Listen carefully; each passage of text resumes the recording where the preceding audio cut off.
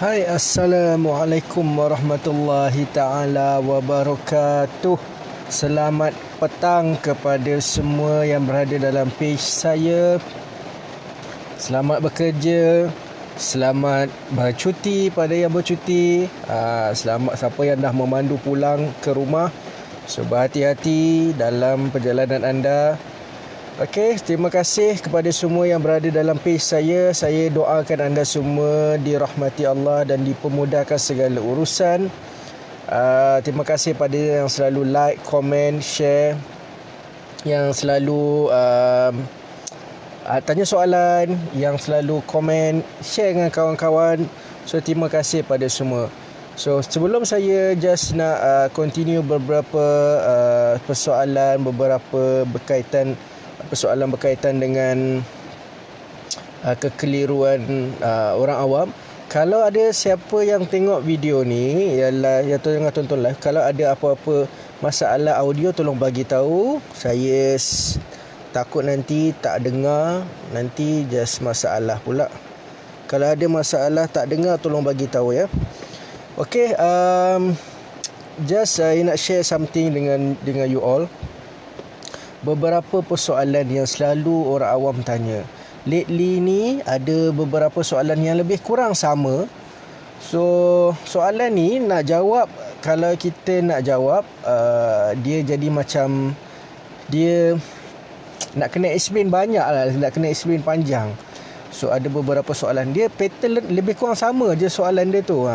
Cuma kadang-kadang tu orang awam banyak tak faham. Okey, terima kasih Mami Twin Alex Ayu Zunainah, terima kasih.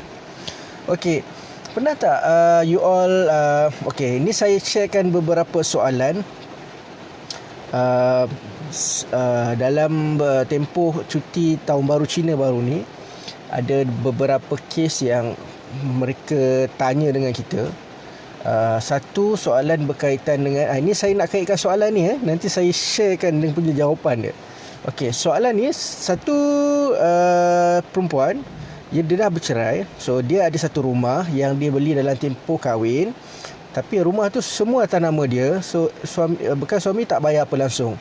So soalan dia dekat saya, boleh tak kalau suami dia nak menuntut? Okey, itu soalan dia. Okey. Kes yang kedua berkaitan dengan seorang perempuan juga yang ada anak kecil dan mereka belum bercerai lagi. Dia ada anak kecil, tak silap saya mungkin dalam setahun lebih, yang masih menyusu badan. So soalan dia tanya, kalau berlaku perceraian, boleh tak bekas suami dia nak menuntut? Okey. Soalan dia ni lebih kurang sama. Boleh tak dia nak menuntut? Okey. Tuan-tuan dan puan-puan kena faham ada dua benda dekat sini. Sebelum saya jawab, nanti kalau saya explain, nanti tuan-tuan dan puan-puan pun boleh faham. Okey, dia ada beza sebenarnya antara hak untuk dia menuntut dengan hak untuk dia dapat. Dia ada beza di antara menuntut dengan dapat. Belum tentu orang yang menuntut itu akan dapat apa yang dia tuntut. So, bila you tanya soalan dengan saya, tanya itu, boleh tak suami tu nak menuntut rumah tu? So, saya akan jawab, boleh. So, boleh tak suami tu nak menuntut anak yang bawah umur setahun yang masih musibah dan menuntut hak jagaan anak? So, saya akan jawab boleh. So, bila jawapan tu saya bagi macam tu pada dua orang yang bertanya ni, mereka terus down. Apa jadi mereka terus down? Terus mereka sambung dengan soalan, betul ke tuan, takkanlah anak umur kecil lagi, setahun lagi mahkamah nak bagi pada ni, nanti apa jadi dengan anak tu? Macam mana anak tu nak menyusu? Betul, rumah tu takkanlah mahkamah nak bagi rumah tu pada tu. Rumah tu saya tanggung semua. Kan dia ada kekeliruan. Inilah yang orang kata saya nak explain dengan tuan-tuan dan puan-puan. Benda inilah yang kita kata keliru. Saya jawab apa yang you all tanya. So bila soalan tu datang, boleh tak suami tu nak menuntut rumah tu? Boleh tak suami nak menuntut hak jagaan anak tu? Jawapannya boleh. Memang boleh tuntut. Sebab dia ada hak untuk menuntut. Dia adalah bapa yang kepada anak tu. So dia boleh menuntut. Dan dia adalah orang yang berada dalam tempoh perkahwinan, di mana rumah tu dia beli. Cerita tadi itulah. Jadi dia juga boleh menuntut. Nah, so tuan-tuan dan puan-puan faham tak jawapan saya itu macam mana? So bila orang tanya dengan kita, boleh tak orang tu nak menuntut rumah tu? Boleh tak bekas suami dia nak menuntut anak tu?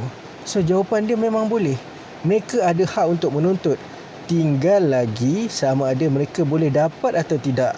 Itu yang kedua. Itu yang mahkamah tentukan.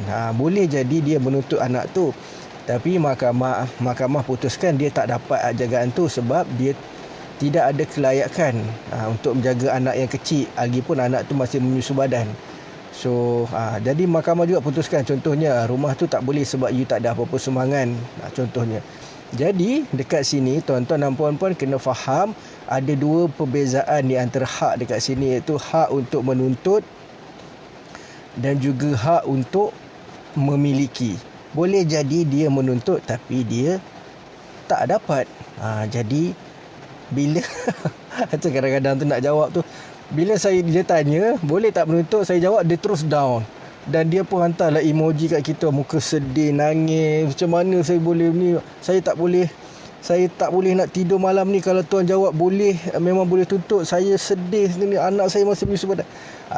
Itu tak kena faham. So you all yang tuntut, you all yang tengok video ni, hopefully you all faham. Betul macam kata Puan Mami Twin okay. Azwar Ghazali faham, boleh buat tu, tapi mahkamah yang tentukan. Sefahaman saya betul. Macam Puan Azwar Ghazali ni faham apa yang saya nak sampaikan. So kalau you all kata sebab dekat mahkamah ni nak katakan apa yang berlaku rumah tangga suami dengan isteri, dia memang boleh tuntut semua benda. Tuntut memang boleh tuntut, dapat belum tentu. Macam Mami Twin kata, hak menuntut tu memang ada, tapi hak mendapat atau memiliki itu mahkamah yang tentukan. So siapa yang tanya soalan dengan saya, bila saya jawab macam tu, tolong jangan sedih, janganlah kecewa. Memang saya jawab apa yang you all tanya. You all tanya macam tu, saya jawablah, tapi belum tentu boleh dapat. Macam that lady yang dia dalam cerita dia ni dalam keadaan kerunsingan. So dia ada masalah dengan husband dia. So mereka dalam proses untuk bercerai, tapi ada anak kecil. So bila dia risau pasal anak dia tu, dia tanya dengan kita, boleh tak suami dia nanti nak tuntut anak tu? So saya nak jawab apa? Tekan saya jawab tak boleh. Dia memang bapa, mestilah boleh tuntut. Tinggal lagi mahkamah benarkan atau tidak dia mendapat ajagan atau tidak selepas mahkamah putuskan. Boleh jadi mahkamah benarkan, boleh jadi mahkamah tak benarkan, mengikut kepada kelayakan dia.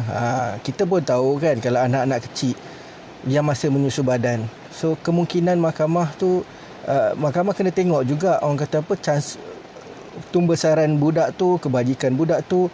So kita sebenarnya kita boleh nampak dah benda tu. Tapi bila soalan you sampai, boleh tak dia menuntut? Memang boleh tuntut. Tuan-tuan dan puan-puan, tuntut memang boleh tuntut. Itu hak dia untuk menuntut. Tapi hak untuk mendapat, mahkamah yang tentukan. Belum tentu dia dapat, dan boleh jadi dia dapat. Bergantung kepada kelayakan dia, bergantung kepada fakta-fakta yang dibawa ke mahkamah, bukti-bukti, saksi. Tuan-tuan faham ya? Itu yang saya nak explain tu. Ada beza antara hak memiliki, hak menuntut dengan memiliki. Menuntut, siapa pun boleh tuntut. Tuan-tuan, puan-puan sendiri pun boleh tuntut, tuan-tuan pun boleh tuntut, tak ada masalah. Dapat tak dapat, itu mahkamah yang tentukan. Okay, terima kasih pada semua yang berada dalam page saya, tengok live saya. Hopefully you all dapat something hari ini. You all faham apa yang saya nak sampaikan. So mana yang tanya tu, bila saya jawab macam tu, janganlah down, kerana ada orang kata apa, peluang tu ada. Kita masih boleh ada, orang kata apa, menuntut tu semua orang boleh tuntut, belum tentu dapat. Masa saya pergi tadi, saya buat tindakan sebelum saya bercerita, tapi pihak mahkamah yang bagi tarikh jadi hakim bagi. Betul apa negak soal tengah rusing.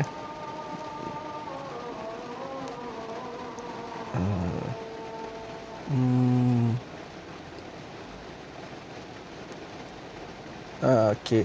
Saya harap you all faham apa yang saya cuba sampaikan. InsyaAllah. So kalau benda ni bermanfaat, boleh share dan boleh tag kawan-kawan, sampaikan pada kawan-kawan apa yang mereka perlu tahu dan mereka dapat info yang terbaik untuk diorang. So insyaAllah kalau ada perkongsian lagi saya akan kongsi. Jumpa lagi. Assalamualaikum warahmatullahi taala wabarakatuh.